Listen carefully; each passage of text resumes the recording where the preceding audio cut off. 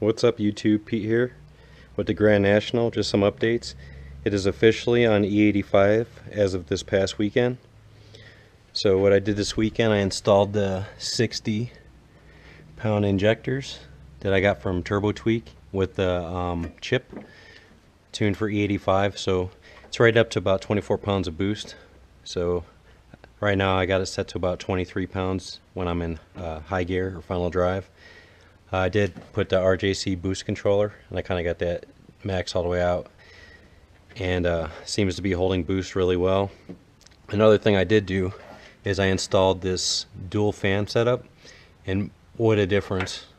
I was running around like 210 in traffic, sometimes 215, and now I get to about 170, 180 degrees and it stays right around there, so it's perfect. So what a huge difference that made. And then I replaced the fuel filter and actually the O-rings, because when I replaced the fuel filter last time, I didn't realize there was O-rings on the lines. I just kind of threw it in there, and I guess with the E85 it doesn't evaporate as fast, so I seen a little tiny puddle under the back there, and sure enough the O-ring was smashed when I pulled the fuel filter, so I went ahead and replaced that. But the car's running really good. I'll probably need a transmission soon because this stock setup just doesn't really want to handle the boost. I mean, it's shifting well enough, but from first to second it really struggles. So I kind of figured that was going to happen anyways, but I'll take it out for a cruise and let you see how it boosts up. Alright, we're out in the Grand National, is taking a little cruise. It's nice cool 85 degrees out. It's just been super hot the last week or so, and I think we got another week of like 90s. So hopefully it'll start cooling off soon. Thankfully I put that dual fan system in because it's keeping the car nice and cool. So far I'm really liking having E85 in this car. It's about $2.30 a gallon out here, so fairly cheap. I know it burns pretty fast, but I didn't get it for fuel economy. I got it for the performance aspect of it. Just been fine-tuning the car. I'm trying to stay right around 23 pounds of boost. The biggest problem I'm having now is like with the transmission, because it's a stock transmission. It's from the 85 Grand National, and you know, I have the 87 Grand National motor in it. I mean, it did fine when it was in the stock level, but now with the extra boost and torque and stuff, it just, mainly between first and second gear, I'm having a lot of problems. So here in the next few months I'm probably going to get maybe a stage 1 built or a stage 2 transmission. I'm kind of leaning for just like a stage 1, because I think stage 2 goes up to like 650 horsepower, which I don't really plan on getting to that much horsepower anytime soon. But I have definitely noticed, you know, it's not shifting very well. Nice RX-7, not shifting very well.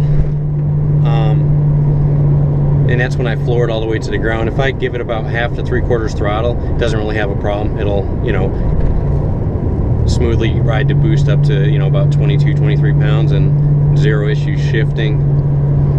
But I am impressed with it, and I could tell definitely, you know, everything seems to be, the car's running a little bit smoother, you know, more power, and just all around I liked it, you know. And it was really simple to do on this car. You know, I changed out the fuel pump, the injectors, the chip, fuel pressure regulator, which I had, you know, and it's pretty much that simple. Eventually I'll probably do like return lines and stuff like that, but for right now, I mean, for my power I'm putting out, I think I'm pretty good.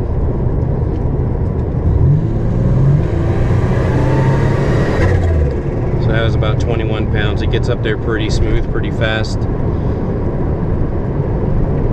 Just had to play, I got the RJC boost controller, the manual one, so I just adjust that a little bit and adjusted the wastegate I hear.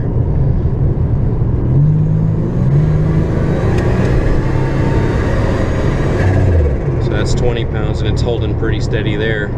So it feels good, like I said, as long as I don't pin it all the way to the floor from the start. I don't really have the shifting issues. And I did adjust the throttle position sensor because it was off just slightly. They recommend between 0.42 and 0.46. I think mine was down to 0.40, so I just adjusted it to 0.44. Hopefully that does a trick for me.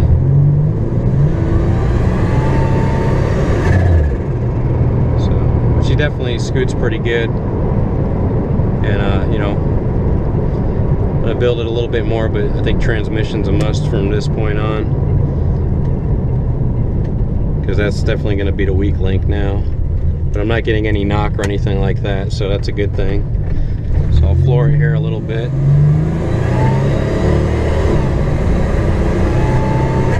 So it shifted there, but I felt a slight hesitation, and that's kind of what bothers me, is that just that little hesitation there, because it should be a crisp shift. And I think, you know, there's things I could do like shift kits and whatnot, but I think just having a nice fresh transmission remanufactured is the way to go, because this transmission's, I'm sure it's the original one. When I pulled it out, it was pretty nasty, and I cleaned it up and changed a lot of seals on it. But I think the 87 transmission had better servo and stuff like that. But fun car, definitely a fun car. Put a lot of work into it. So thanks for tuning in, and I'll keep you posted on some more driving videos, and I'll get some STI videos posted pretty soon. Just back in school, so it's been pretty hectic. Have a good one.